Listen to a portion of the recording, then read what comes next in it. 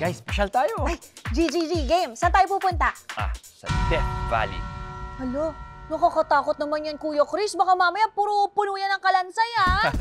Actually, kaya ako gustong magpunta dito kasi world record holder ang lugar na to.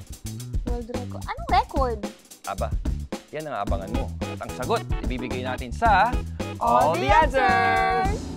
Isang tourist destination ang Death Valley. Ang lambak na ito ay umaabot mula California hanggang sa ilang bahagi ng Nevada. At sa lawak ng mahigit 3 million acres, ito ang pinakamalaking national park sa lower 48 states. Nandito ang Badwater Basin, ang pinakamababang lugar sa North America.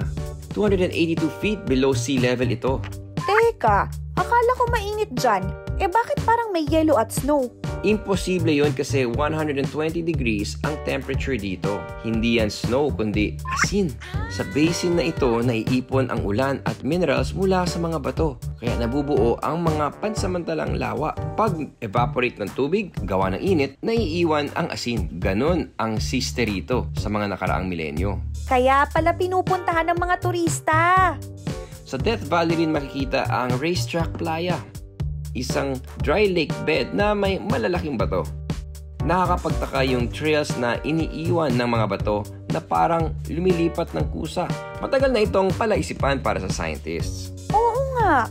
Paano nga naman makakagalaw ng ilang daang feet ang mga batong nasa 700 pounds ang bigat?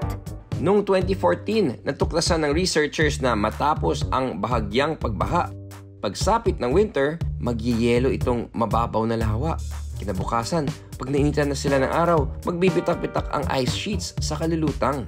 Paggagalawin ng malalakas na hangin ang mga bato sa madulas na surface. At yun ang mag-iiwan ng bakas o trail sa malambot na putik. Guys, may patrivia ako.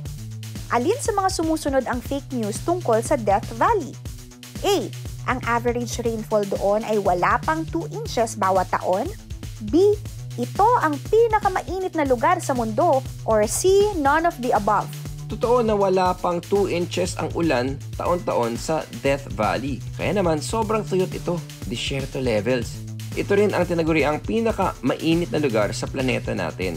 Ang average temperature dito tuwing summer ay 120 degrees Fahrenheit. Noong 1913, dito pa nga naitala ang nagbabagang record na 134 degrees Fahrenheit. Kaya ang tamang sagot ay C, none of the above.